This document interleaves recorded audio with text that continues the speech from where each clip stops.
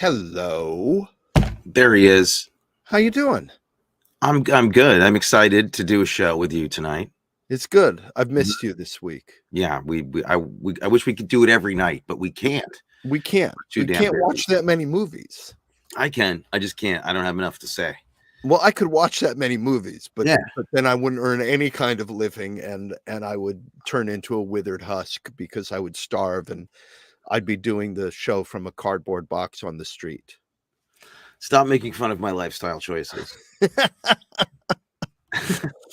I need to take a sip of a wee dram. Are you drinking? Are you drinking your own supply? Mm-mm. It looks No, a this little is bit like. this is the Macallan. Oh, you're drinking Macallan. Drinking Macallan. Oh, Do you notice serious. anything going on in this glass? Do you notice anything there? I know you have one giant ice cube. Yes, look at this. I got a thing that does here. Oh, it makes this giant. It makes snowball. a giant sphere of ice that melts much less quickly. Well, it's just darn cool. I don't think the melting quickly thing is like as big a deal as how cool that looks.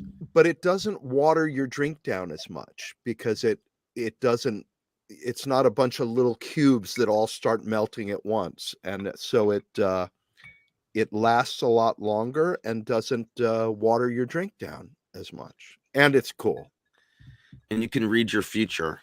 You while can you're read drinking. Yes, you can And the read future says you're going to feel horrible tomorrow. Yeah, well, as I told I told another buddy of mine that I had an accident on Sunday night. He was like, "Oh no, what happened?" I said, "I went out to a Mexican restaurant and by accident a bunch of margaritas fell onto your face." Yeah, it was terrible. It's that third margarita that's always the mistake. That's always the problem. Yeah, because that much salt is not good for your blood pressure. No, it really is not. That's what the You have to look problem out is. for your health, and that's really the main thing. Tripping Yeah. and falling in the parking lot onto your teeth isn't really as big a deal as the salt. Yeah. So, how are you doing? What was your week like? My week was, your average hustle gig economy freak out. Your That average should be the name of a new TV series. Maybe we should rebrand our show call it that. Average hustle gig economy freak out. Yeah. It would be an apt name for this show. We could rebrand, but I've been doing a lot of that. I have a lot of little odds and ends, little edit jobs, a lot of things that are tying up from this month that I've got to do, and it's just been one of those. It's one of those things. Everything's good. I got no complaints. I got nothing exciting to say. How about you? You have business news? What's happening in the world of booze? What's happening in the world of booze is whoever we paid off at the Department of Justice to hide our criminal past did a good job because we passed our background checks. Even those old FBI records from the 50s? Yeah, those old FBI records from the 50s before I was born somehow have been expunged. Well, you had records before you were born. Yeah, of course I had records. Well, the family certainly did.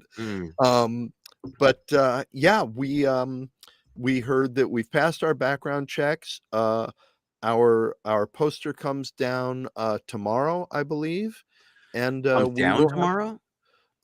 There's a poster that has to be posted for 30 days. You know, when you see those posters saying this premises has applied for a liquor license, if you have any objections, blah blah blah. So we'll have our liquor license in about a week.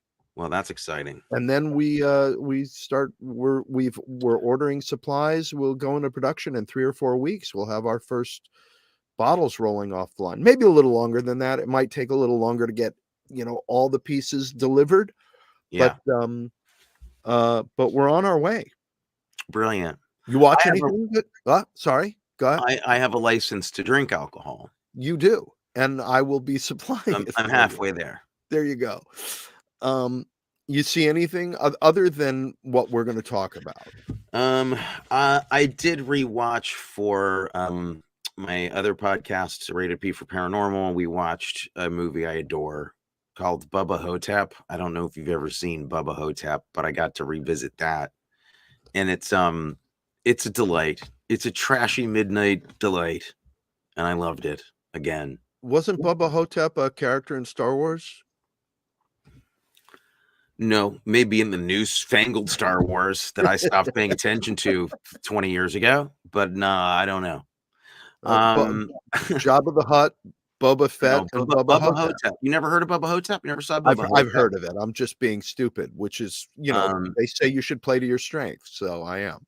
Okay. Well, I want to play with you. So I have to be stupid now too, is what you're saying.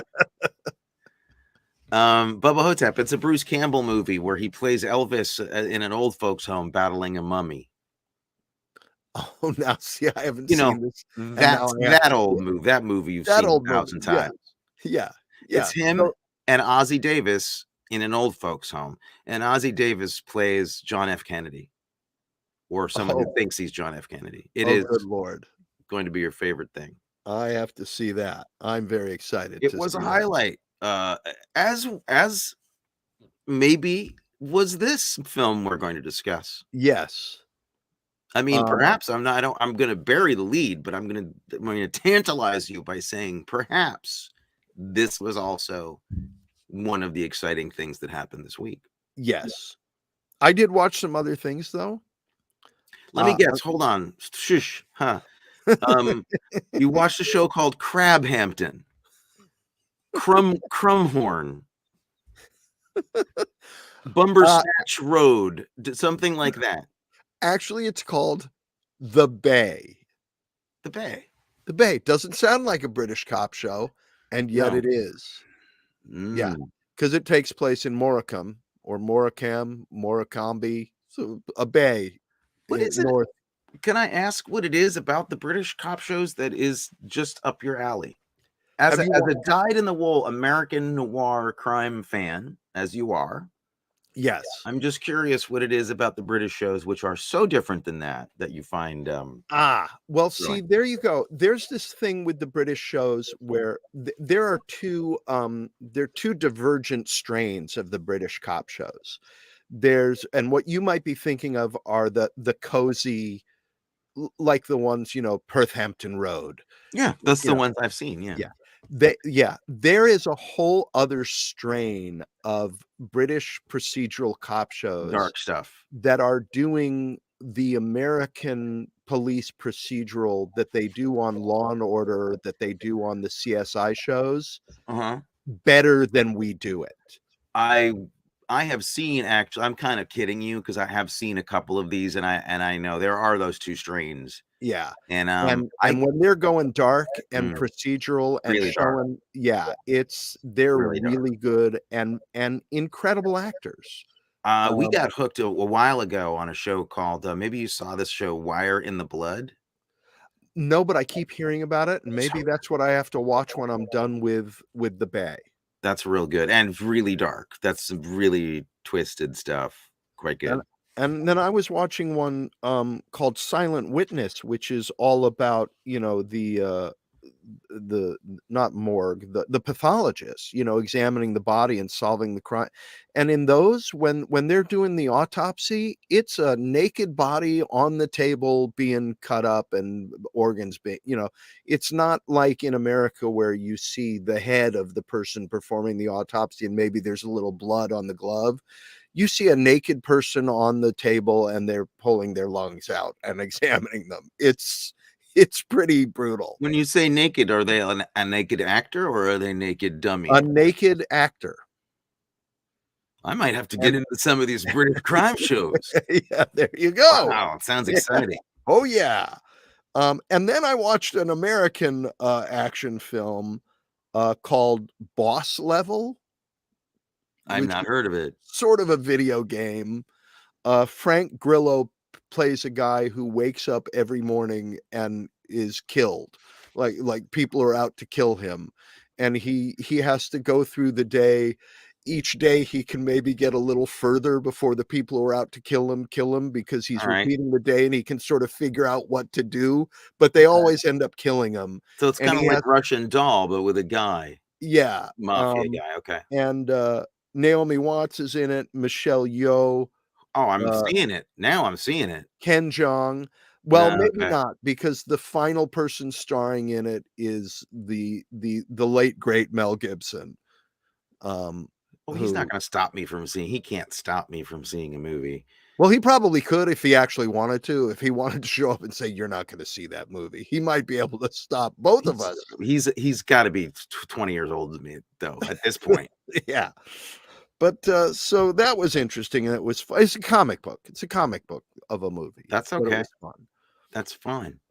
So I guess but, enough, rambling. We should get down to the matter at hand. We do. We have something to discuss. Talk to me. Oh, what happened? I don't know, what was that? What did you do?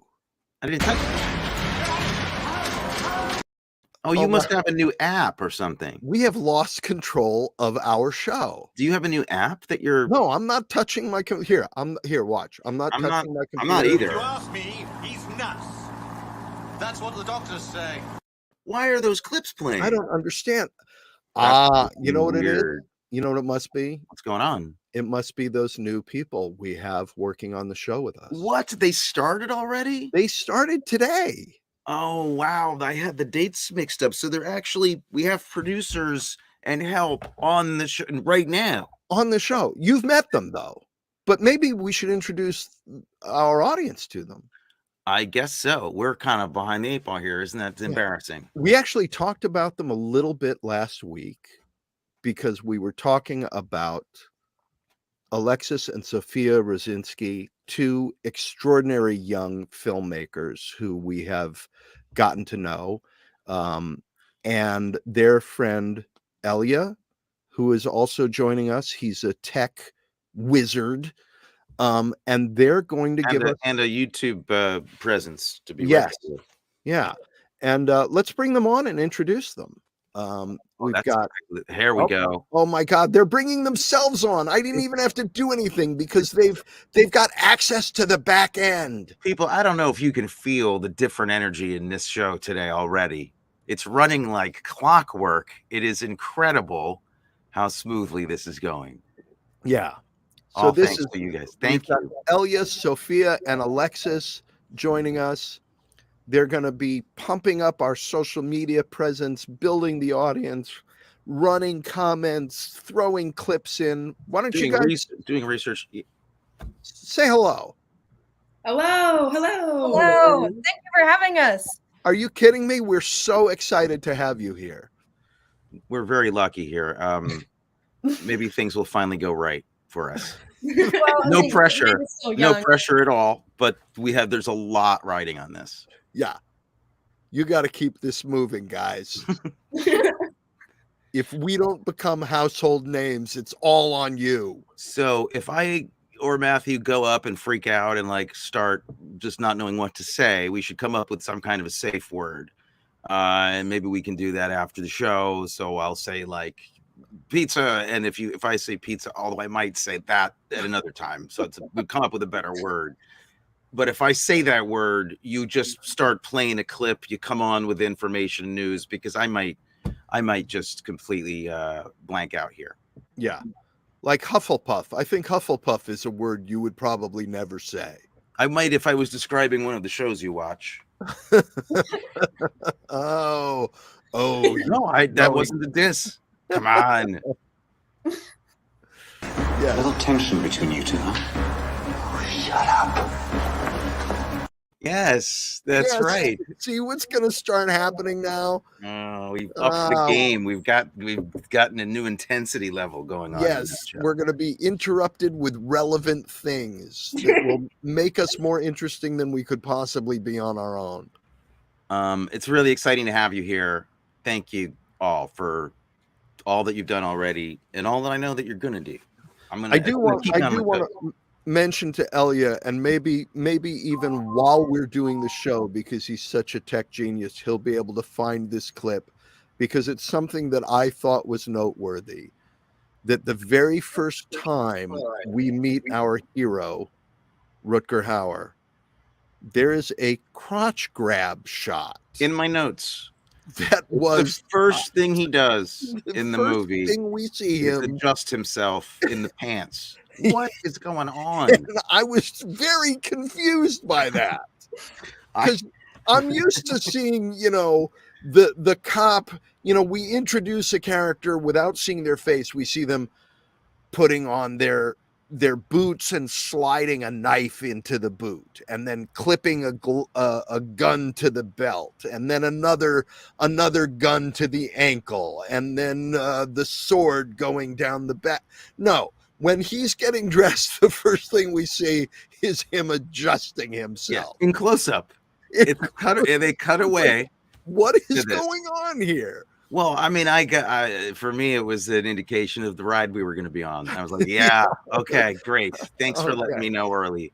So I guess Alexis, Sophia, and Elia, we should consign you back to the producer's den, where you can continue to wreak havoc upon us. Mm-hmm. And we look forward to seeing what this is like with producers. This is a better time already. This is going better already. Yeah. Yeah, we'll see how it goes. There's still time. Okay. Yeah.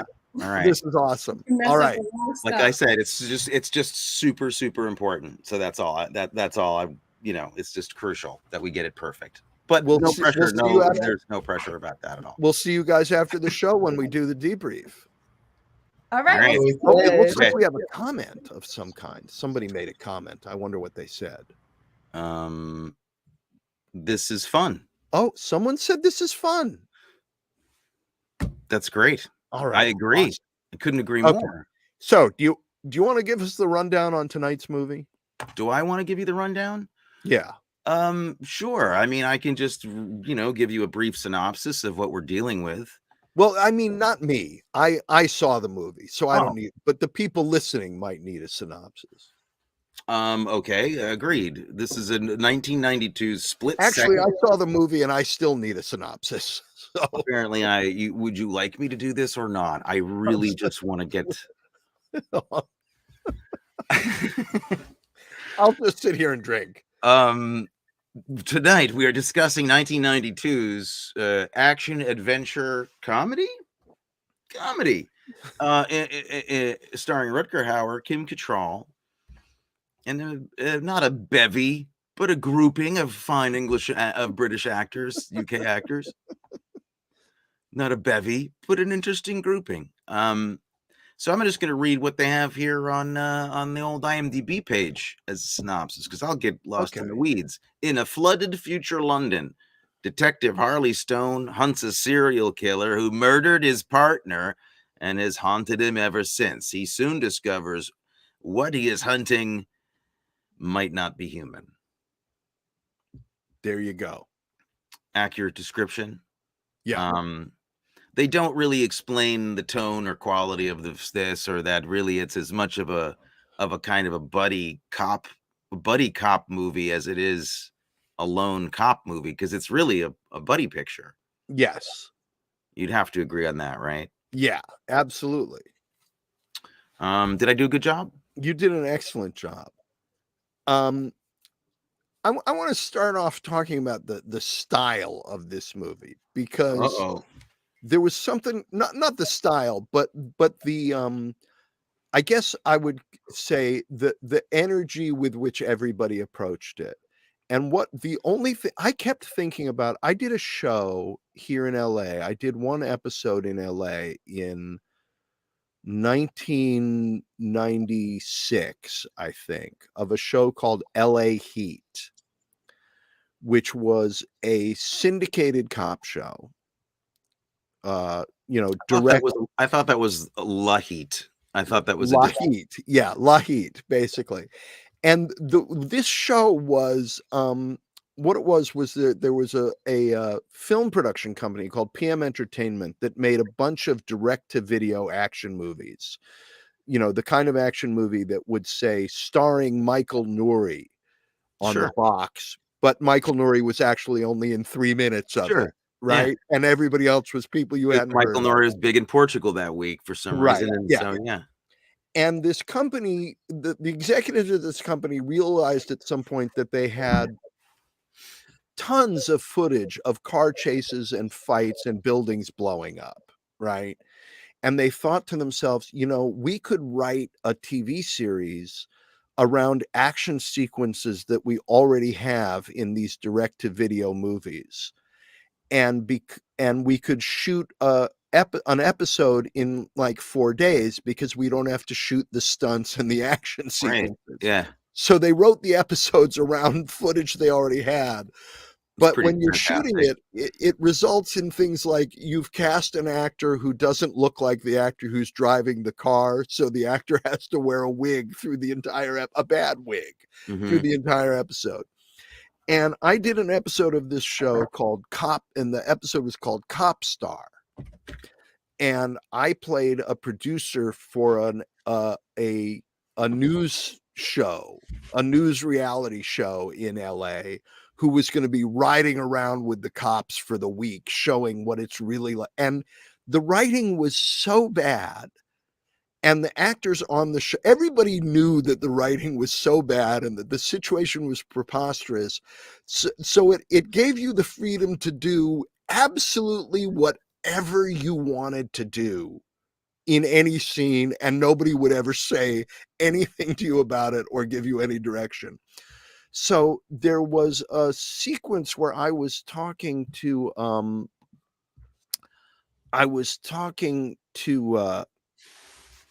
one of the cops about what it must like. You must get a lot of ladies, being a cop. The ladies must just throw themselves at you.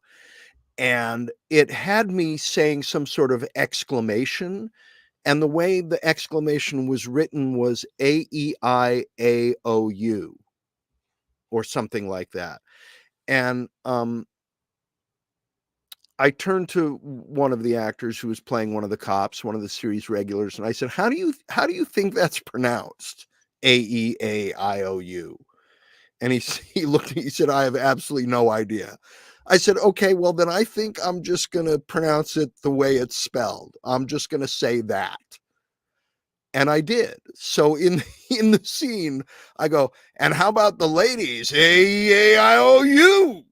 Or whatever the letters Yeah. were, and that's in the show. And as I watched this movie, I thought, that's how they made this movie. They all know it's ridiculous, and they're just saying, I'm going to do whatever the hell I want in every take. It seems like it. For It really instance, does seem. I may want to grab my crotch at a certain point. Yes, you might. Well, you've got to, if you're working with somebody like Rutger Hauer, as you well know, as we both well know, you've got to give the man room to act. You got to give him room to do what he's going to do. Well, and apparently you have to give him room too. Well, he's got to make some room. Apparently, but yeah, I mean, he's something to contend with. So if he's going to do that, you're going to have to take a close up of it, and then you're going to have to justify it. He's not going to help you with that. Completely. Well, according to the notes here, the movie had only 3 weeks of pre-production, and I think you can see that at work here. I mean, which honestly makes this movie either one of the best in its weight class or one of the most pathetic, ridiculous movies I ever made. I've had too good a time to kind of pick on it, though. Yeah, well, because it knows what it knows is. that it's horrible. Yeah, and everybody in it knows that it's horrible, and they just go for it. Mm-hmm. Which makes it's as if you got a bunch of really I mean, there's some talented people in this movie. Oh, for sure. Alun Armstrong, who is great. Pete Postlethwaite. Alun Armstrong has my favorite moment my second favorite moment from an actor in it, and it's when he has the classic screaming fit that every police commissioner has, their police boss. Oh, walking down the hallway, screaming at everybody, losing his shit. Fantastic. I love Alun Armstrong. Yeah, and the things he's saying, they're sort of the equivalent of AEAIOU. A little bit. A little bit. I have trouble even after seeing it, and I will full confession, I have seen this before. I've actually seen Split Second Really? before. Wow. I was anxious to see it again. It had been a couple 3 years, and it was one of those things I stumbled on. And why do I have to explain myself? It's Rutger Hauer, so you're gonna watch it, right? Like Yes. that's kind of the end. That's the end of the conversation. Why did you tune into that movie, Tone? Because Rutger Hauer's in it. Yeah. Why didn't you watch it? Yeah. Tears in the Rain. Exactly. That's all you need to say. Tears in the Rain. So this was my second time with it, and I was still surprised.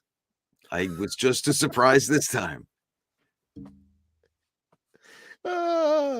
I almost don't even know how to go about analyzing this movie. Like, Well, what are we going to talk about? I think the best way, because if people haven't seen it, and there's no reason to expect anybody out there has, what would you say it's most like? What would you say this is like? Because this is an unusual flavor of ice cream. This is definitely not normal.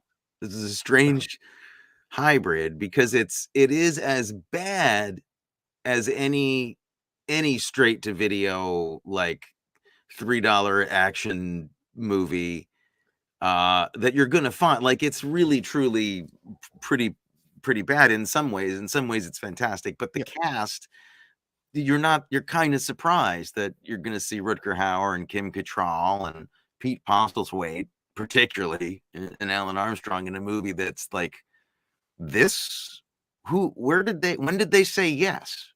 Like, well, you actually asked a great question. You said, like, what flavor of ice cream is this? Yeah. And this is the flavor of ice cream it is. You and I go out to dinner, and after dinner we're walking down the street, and I say, hey, do you want to get some ice cream? And you say, yeah, where should we go get some ice cream? And you say we could go to Pinkberry, we could go to Cold Stone, we could go to Baskin Robbins, we could go to Haagen-Dazs. And I say, no, you know where I think we should go get some ice cream? I think we should go to Mashti Malones for ice cream. Do you know Mashti Malones? I don't. Mashti Malones is in LA on La Brea. Do you remember the last time not the last time, but you were out here in LA and we went to a bar. I used to be in show business. Don't rub it in. I've been out there. We went to a bar with Alana on La Brea near Hollywood Boulevard. I remember. Real divey bar. Well, next to that is an ice cream place called Mashti Malones. Which used to be like Jerry Malone's, and then it was taken over by an Indian, a family from India. But they didn't have. The story is that they didn't have the money to change the entire sign, so they just changed the first name. That is great. Mashti Malones instead of whatever it is. Something is the story. I love that story. And the ice cream there is like you can get vanilla, you can get chocolate, and you can also get black sesame lavender. Or this sounds artisanal. It is artisanal, but it's also like rosemary, coriander, garlic. Coriander, garlic ice cream. I hear you, and I think that's an interesting analogy. I have a different ice cream analogy that I'll make now that I know what Mashti Malones is, and I'm going to say we have the same conversation, and you're like, "Where do you want to go?" And I go, I don't know. Let me think. You go Mashti Malones, and I'm like, not quite. Let's go to Mushy Malones, and Mushy Malones is where they take all the store-bought ice creams that are in the freezer in the back, like your Ben and Jerry's, your Van Leeuwen's, whatever you got in there, some frozen Snicker bars, like whatever's there, any brand, and they just smush it. They take it out, let it defrost a little bit, and they put it into a giant bowl, and they're just like mash it up and give it to you. It's no like rhyme or reason. Yeah, you opened your fridge. There's 3 teaspoons left in 18 different flavors that you haven't finished, and you just do it. That's what this one was like. Yeah, that's what the movie is like. I think, and with somebody also saying, "And you're gonna like it," and damn it, you do. Which is, I mean, that's the miracle here. It's really a miracle. It's also a little bit like as if it was winter time and the roads were icy and everybody was driving really, really carefully, but there was a car accident anyway, and you were standing by the side of the road watching an 800 car pile up, but you knew the cars were going so slowly that nobody was going to get hurt. Right. Or it's So like you could just enjoy it. 18 bumper car pile up. It wasn't really that bad, but it's like considerably piled up. Yeah.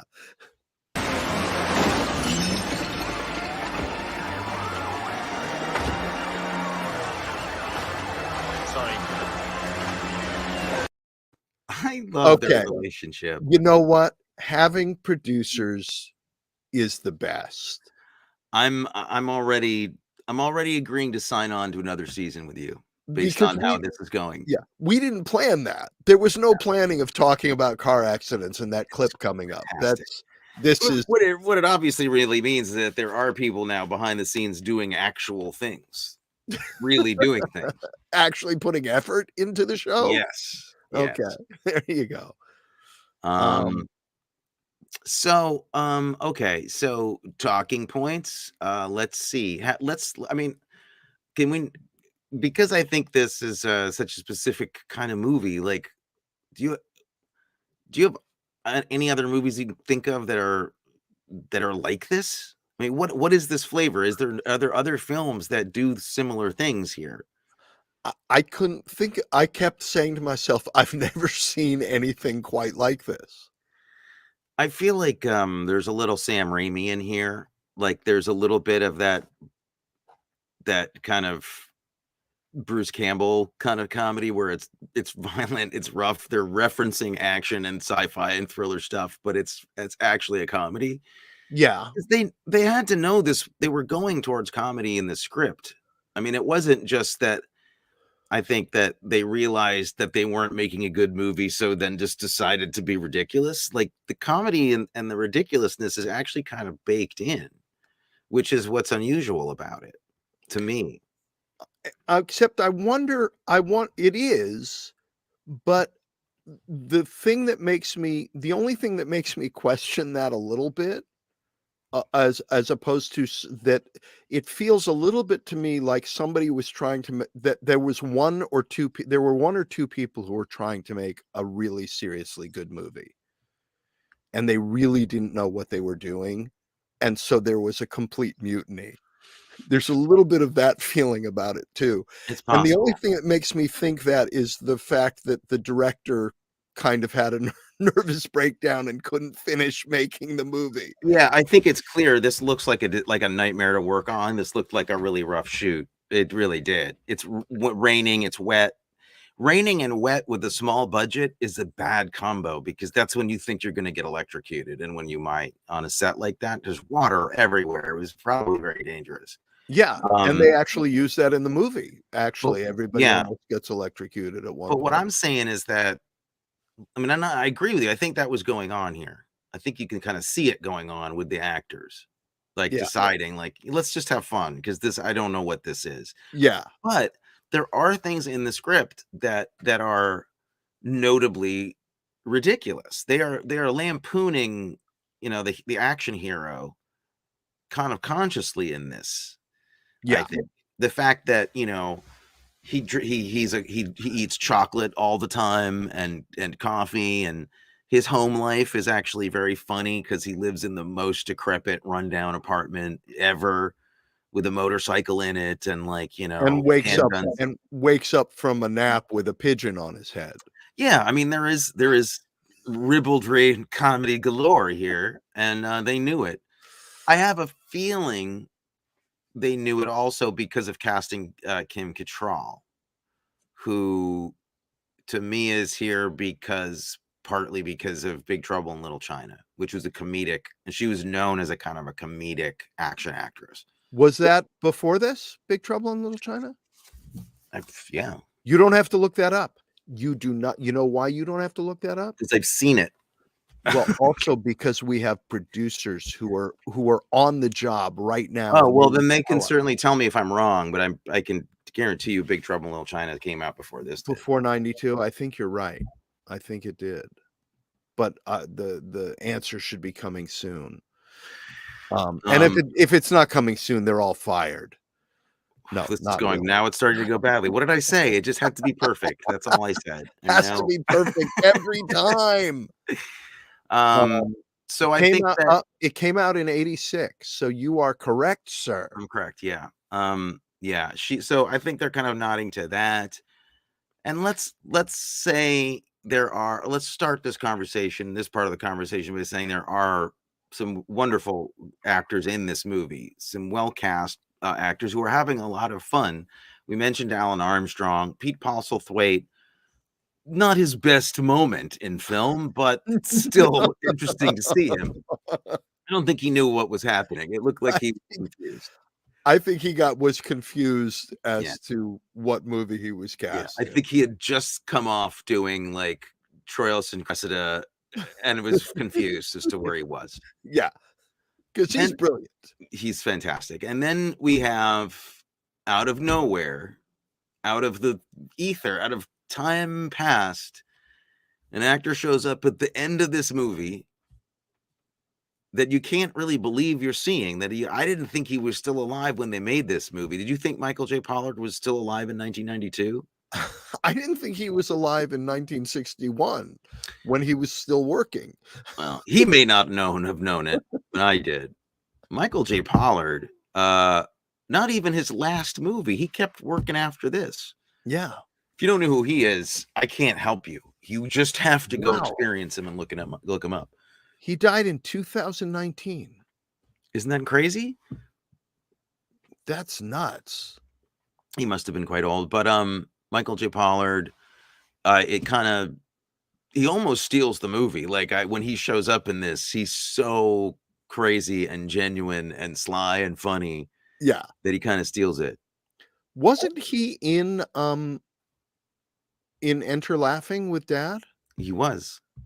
That's crazy. Then in Russia with Mom.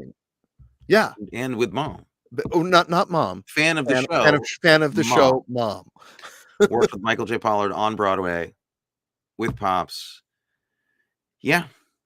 Yeah. Where Mom and Dad met. Where they met. Where you came from. Wow. Crazy. I mean, you have to wave. Yes. Crazy talk. It's crazy town. So yeah, there's some wonderful actors and some funny stuff. And to me, this movie reminds me a little bit like, I mean, let's face it, there's a little like Buckaroo Banzai in here. Yes. There's a little bit of this knowing, kind of creating a crazy world and just kind of completely committing to it and going for it. And the reason that I feel like maybe some of it was on purpose because it seems like Rutger Hauer was kind of having a good time throughout this. Oh yeah. It's more like Schmuckaroo Banzai. There you go. That's it. Oh my God. So when did you know, was it in the first 30 seconds when he grabs his crotch that you knew the movie? I knew we were in for a ride. Yeah. Yeah, and it's such a close-up. They really do close in on it. Yeah. In kind of a macro close-up. You're like, that's too much of a you could change the lens up. We could see him. That's not even so much a close-up as an insert. That's like an insert. But they're not legally allowed to use that word. Yeah.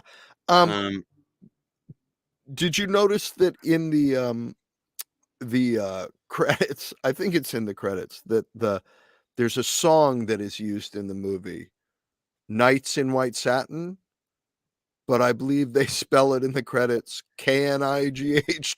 Yes, which I think was a feeble attempt at getting around the licensing. They were like, if we spell it wrong, we won't have to pay for the song. Yeah. Knights in White Satin was a song by King Arthur and the Moody Blues. Yes, exactly. Yeah. Yeah. Uther Pendragon and the Moody Blues. Yeah, there you go. What's great about that song in the movie is that they really throw you because the first time you hear the theme, they have the theme like written into the score. And they play it early on, and then they have the song later, and it's all through the movie, and you're really kind of curious. I was curious. I don't want to speak for you, but I was very curious where that song choice came from. It doesn't bear any relation to anything in the movie. Does it? It doesn't at all. Like No. there is no. I mean, unless they thought it was Knights in White Satin with a K, and he's like a knight in shining armor for her and saves her, but it's not what the song. It's not it. And he was in Lady Hawk. So I mean, look, it's a very romantic movie. I get it, but it still didn't. I don't know why that song choice made sense. there are things in this movie, though, that images that will stay with me for a very long time. Mm. I have to ask you a question. In the sequence where at the end where we finally see the monster, and there's the sort of shot from Alien of the claw coming down and taking his glasses off the top of his head. Mm-hmm. Did the image of the arcade game where you try to pick up toys with the claw, the claw, yeah. I looked at that. I was like, it's the arcade game. The claw is coming down and taking the glasses off his head. And speaking of which, the only thing that could have made the movie better if they had just for 10 minutes just stayed on the claw trying to get his glasses off his head and dropping him over and over again. Just like, damn it. And then the monster putting another dollar in the machine. Just going for like 10 minutes. That would have been great. That really would have been good. I also like, there's so many moments in this movie that I won't forget. So that's one of them. Waking up with the pigeon on his head. Mm-hmm. I will never forget that. The massage sequence where he's giving her a massage. Mm-hmm. The sequence where he's the romantic scene where he's lying on the couch with her, but he still has on his gun and his walkie-talkie and his gloves and the spikes on his jacket. Yeah. While they're canoodling on the couch. And the gun that shoots the shotgun rounds, where there's a cylinder that holds like the paintball gun. Yeah. No. The big one, not the paintball gun, his handgun, which is actually a paintball gun, but the big shotgun that holds like 8 rounds, and they shoot it for 15 minutes. And my question is, where are all those shotgun shells coming from? Because they don't have a bandolier, they don't have a box of ammunition.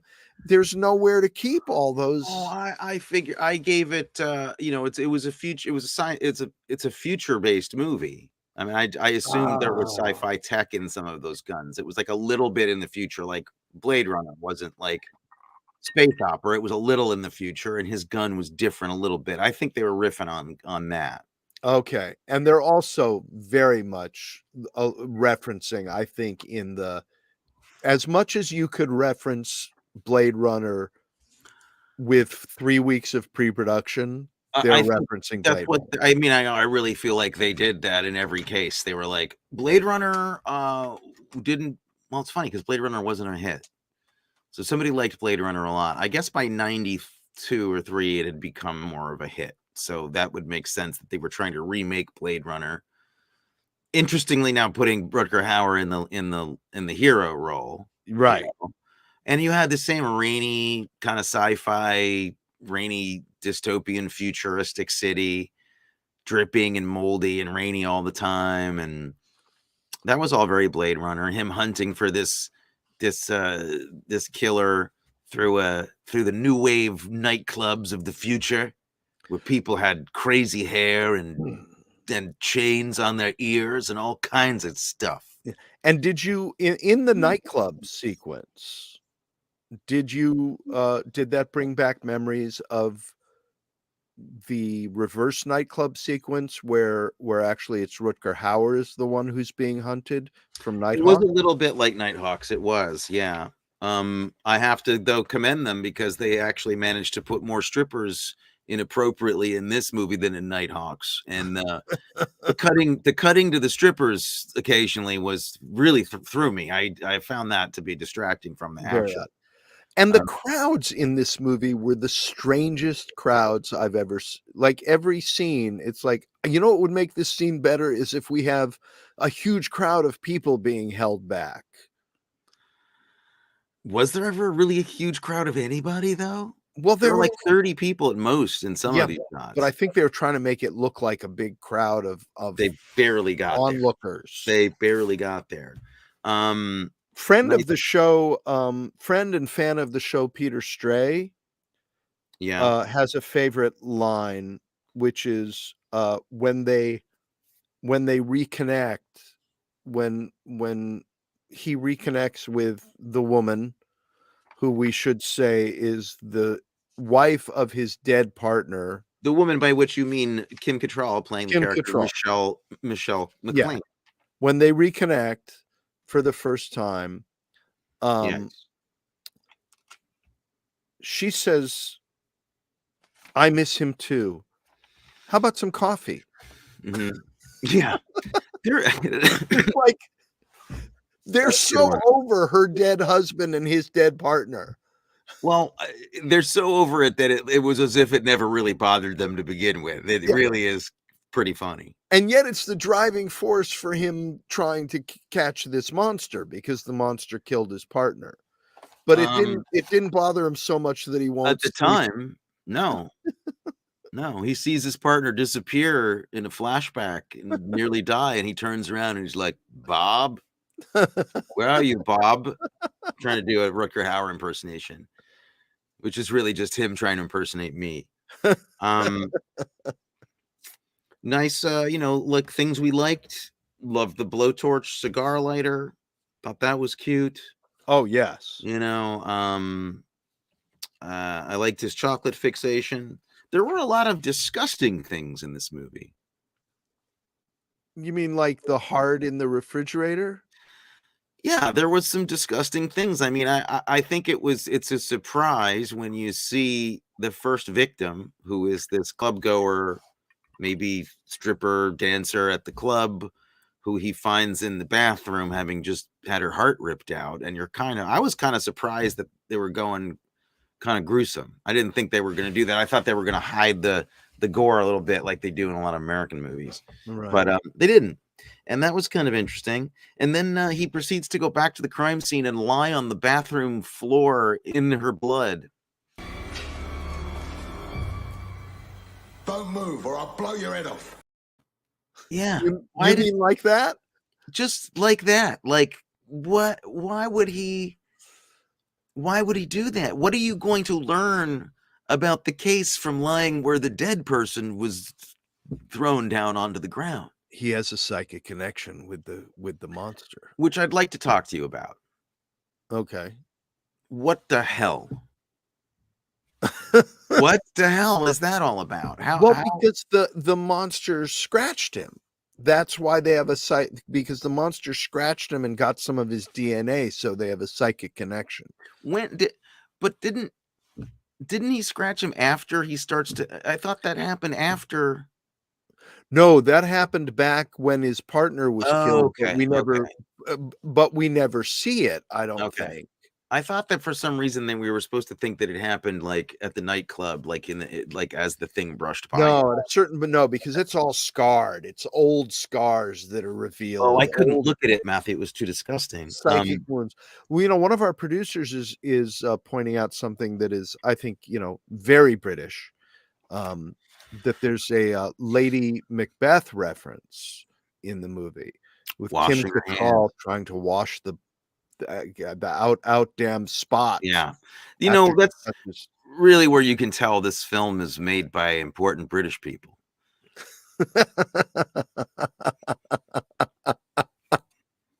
Yeah. Who were working on this film during the day and then rushing off to RADA and the Old Globe at night. Rutger Hauer always eating, drinking, or his face is wet, or he's got something on his face. It's strange. He has to act with spritz and schwitz on his face, or food on his face, or something. I don't know why. He has a whole scene where he brushes his teeth and leaves toothpaste all over his face and just plays the rest of the scene. And there's a lot of disgusting things, a lot of like trading sloppy cigars. He trades a sloppy cigar with his scene partner, and it's kind of nasty. He lies in the bathroom floor. Yeah. She eats a chocolate that he's stuck on the side of his filthy refrigerator. Like They find the heart in the fridge and throw it out the window. They throw it out the window. Like, oh, let's just throw this evidence out the window. Speaking of out the window, I want to buy stock in that guy's bulletproof vest. Yeah. Yeah. Because it not only will stop the bullets, but it will save you from a 4-story fall out a window. Like 4 stories up. Yeah. Love how they always manage to hear her in the apartment when they're blocks away, and she goes, "Oh, help!" and they hear her and run to her rescue. Yeah. Well, you know why? Psychic connection. You know, I guess maybe I lost a little bit of that thread. I felt like they were just scrambling and trying to explain this as best they could, but they did leave a trail of breadcrumbs. It's a psychic connection, and it comes from the injuries. Okay. Now I understand the film better. Any favorite lines of dialogue? Yeah, I've got a few. I mean, you can't really beat the only thing we know for sure is that he's not a vegetarian.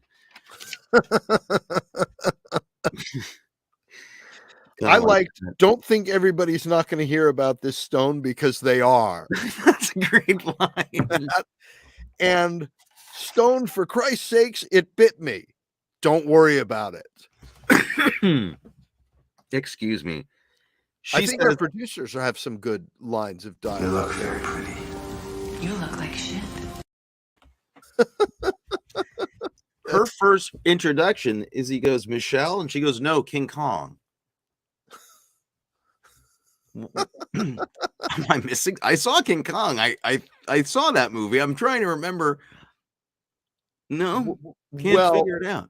Well, you're supposed to. Good movie makers, Anthony, you might not know this. Good movie makers work references to other movies into their. Oh, is that what good movie makers do? Yeah. Oh, I didn't know that. Is that is that how you make a good movie? Well, I think these Why guys didn't you freaking tell me that. These guys learned that movies make reference to other movies, and they thought that what that meant was that you mentioned other movies in your movie, right? Not that you maybe did a shot that was evocative of another movie. No, one character turns to the other and goes, "Did you see Alien 2?" He goes, "Yes." Yeah, that's making a reference. That's references to other movies. Yeah. There are some other good lines in it. I'm looking at through my victims' hearts. It not only gains their power and their DNA, it also gains their souls. Yes. Yeah. See, this is where the science is in the film. Yeah. They layer in the science, and some might call it pseudoscience. I don't. Yeah. I don't. There's also a scene where somebody cracks up, I believe. That's what I was told, but I didn't see it. I'm working with a guy called Harding. You think that's funny?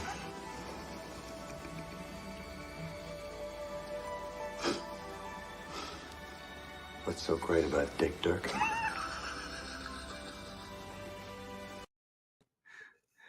So he's legitimately cracking up. It does look like it. And this shot goes on when he finally walks away, and the look on Rutger Hauer's face, it's like, are you gonna cut? Are we gonna use that? No, we're gonna do it. Okay, I'll roll with it. We're gonna keep that one. He's like, "Is this what they call comedy?" Okay, I'm game. You know, I mean, right away we get a line like early on where he's matched up with his new partner, and the new partner is like, "So, you know, they say he's the best," and the commissioner goes, "He is the best."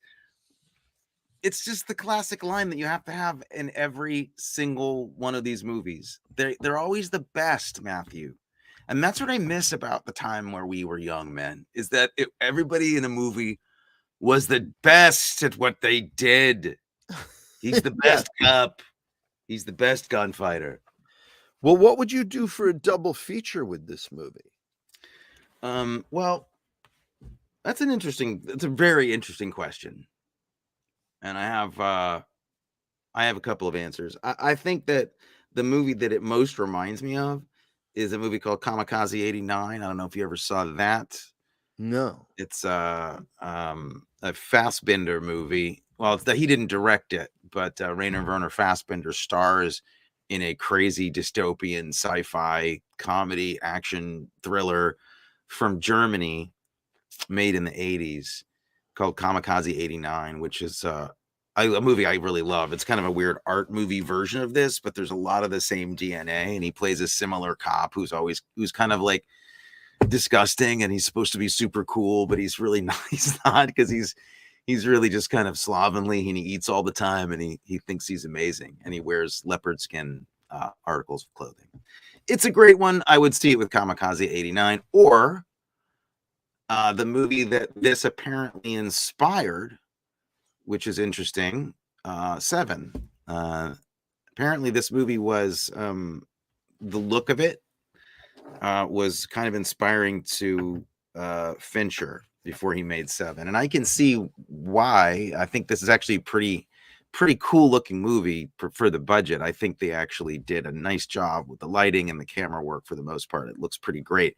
And the glowing kind of like Janusz, it looks like Janusz Kaminski on a budget. Everything's got this really kind of interesting hazy glow about it. And it looks really wet. The only thing that they could have improved there is sometimes Rutger Hauer's face is wet, and then in the next shot it's not wet, and then it's wet again, and then it's not wet. I think they should just have had his face wet the whole time. Well, your pairing is, as usual, so much more sophisticated and intelligent than mine. Did you say what, Care Bears? What did you say? You got it. No, initially I said, and then I crossed this out. I said The Nice Guys. Oh, okay. But then I crossed that out, and I decided to go for Lady Hawk, because that's the other side of Rutger Hauer, where still a kind of a buddy movie, him and Matthew Broderick. Oh, okay. Right. Yeah. But Rutger Hauer in the stuff that he was really at home doing. You just like open the Leonard Maltin book and pick a Rutger Hauer movie that he was in. No, I'm not seeing Lady Hawk. I'm not seeing it other than that Rutger Hauer's in it. Well, but that it's the other side of Rutger Hauer that, you know, where he's, you know, here's him in a movie that is sort of low budget and crazy and not good in a way, and then Lady Hawk, which is which I think is a fairly classy film, to which he's used to his best effect. Right. I like it. I'm a Rutger Hauer fan. Who wouldn't be? Of our generation, Rutger Hauer was one of the coolest cool guy actors to come out of Europe ever for us. He was huge for us when he came out. And cool in real life too, because cool. You remember the thing about the truck? His truck? Do I remember the thing about the truck? It was only like the most informative, galvanizing thing that had ever happened to me. For those of you who don't know, Rutger Hauer had a custom, like the coolest tractor trailer diesel truck ever, with a huge custom built luxury motorhome tractor trailer thing. Yeah, his motorhome was an 18-wheeler with a ginormous back to it that he customized. With the whole thing was chromed out. Everything was custom on this thing. It was huge, and he drove it himself. He drove it himself all around Europe when he was making the movie, and that's where he would live. He wouldn't live in the hotel. He'd live in this traveling house that was nicer and better than any New York apartment. It was stunning. Yeah. He tied his motorcycles to the back of it. Yeah, that's how cool a dude this guy was in real life. Leather pants in real life. So there you go. And could get away with it. Yeah. I couldn't. Really nice guy. Probably, you know, one of the more intimidating human beings I've ever met. But not in real life. He seemed like a nice guy. Like, he seemed pretty gentle. But man, if you want him to be your friend, let's put it that way. Yeah. Holy smoke, was he a big dude. How would you watch this movie? How would you recommend people watch this movie? I would watch it. I would watch it in a film class. I would watch it with a professor. I would want to hear I would watch it with an analysis, like running throughout of somebody who, okay. like I would watch it with somebody like you or I, if we were more like maybe the new producers on our show who actually did research. Who knew what the movie was. Right. Okay. I would recommend watching this while you're eating a big pile of leftover pizza, Chinese food, and enchiladas so that your stomach gets as confused as your brain. That's good. That's very good. You could also watch it at the same time that you were watching Venom. You could like overlay the two of them because as was mentioned, I don't know if it was mentioned on the show, but it was mentioned by one of our new producers that this does feel like a Venom like origin story in a way. Yeah, definitely. Because they did go for this it's Venom. Like it looks exactly like Venom. Yeah. And who am I and who are you? I chose to cast me. No. I cast us together.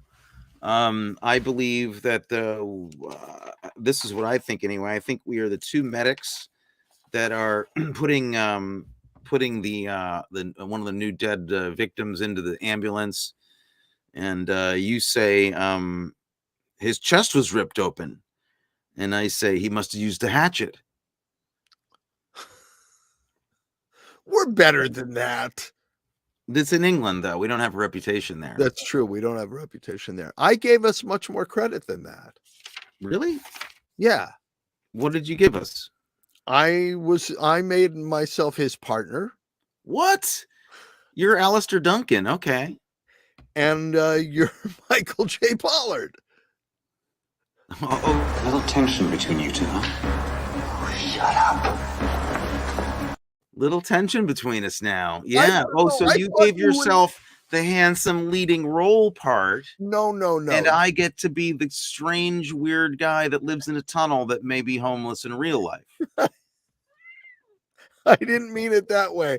I meant I thought you would have a load of fun with that part. I thought you would go crazy, nutsy Fagin with that role. Sure. Yeah, of course. Oh my God. Okay. Of course. Let's move on quickly before you hate me. What I'd like to move on to is just to say that this is where I really think they make some mistake. This is where you go, do they really know what they're doing? Shower scene. You've got Kim Cattrall, who has apparently agreed to do nudity in your film. I don't know why she did agree to do this, but she did. Yeah. And then they're like, we're going to have a shower scene. And then they just decide not to.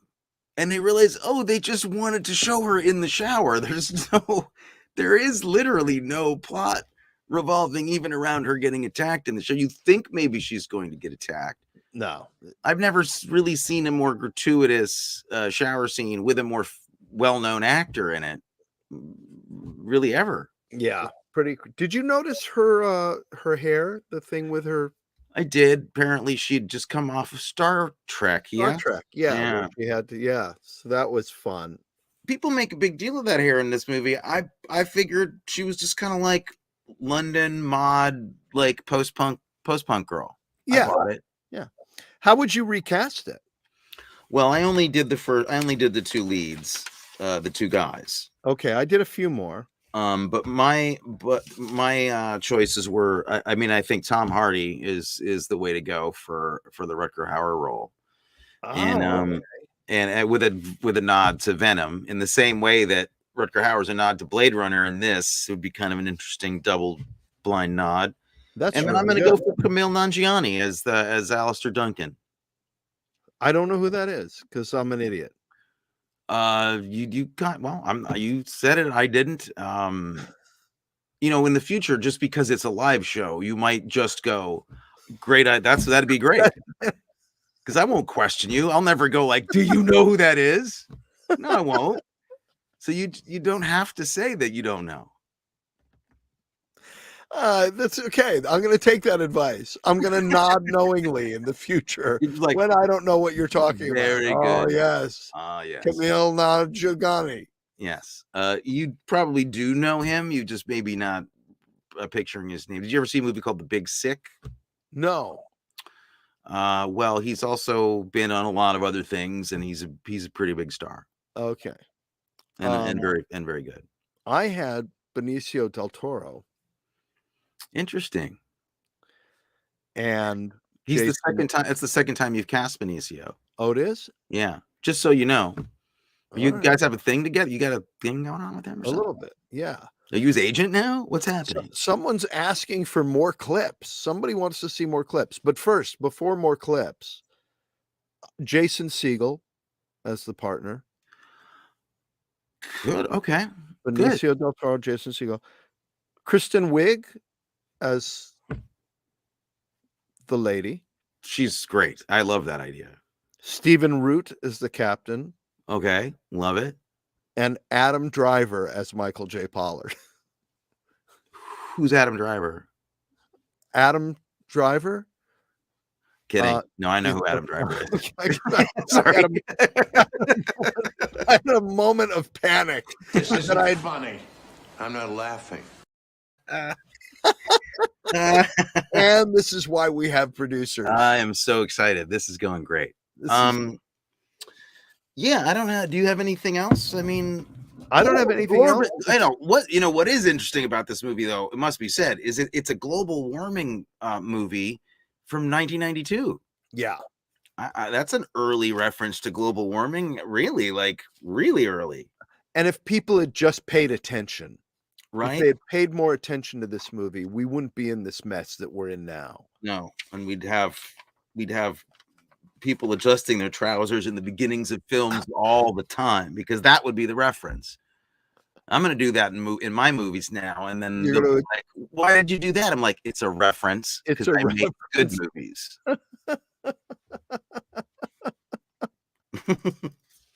Oh my goodness.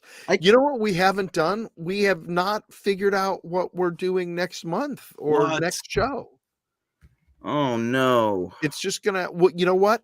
We have producers now. We'll talk to them after the show. They'll yell at us for not being prepared, and they'll make sure that that we stay on top of this thing. We have to get better at that. We do have to get better. I mean, we could just come up with a movie now, I suppose. Do we have any in the back, like, that are sitting around? In our head? Any old musty ideas sitting around? Any or requests? We had talked about doing time loop movies. So what do you think of is it Time After Time? With Malcolm McDowell and David Warner. Time and Again, I believe. Time and Again. Or Time After Time. Let me look that up. Malcolm McDowell, David Warner. Oh, actually, Mary Steenburgen. I don't have to look that up now. That's actually fantastic. Because we have. I think somebody else might be able to look that up. Look up. I want to see how this works. See how it works. Mary Steenburgen, Sturgeon, Mary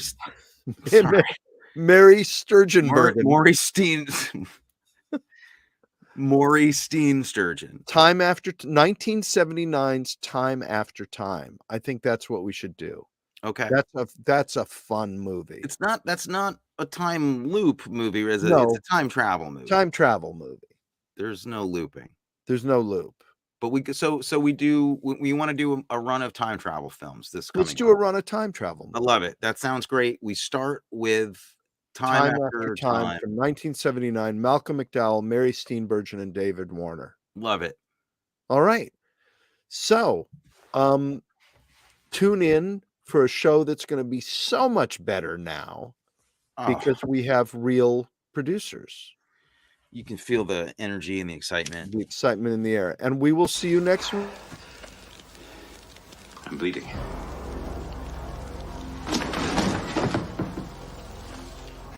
Faceplant, mic drop.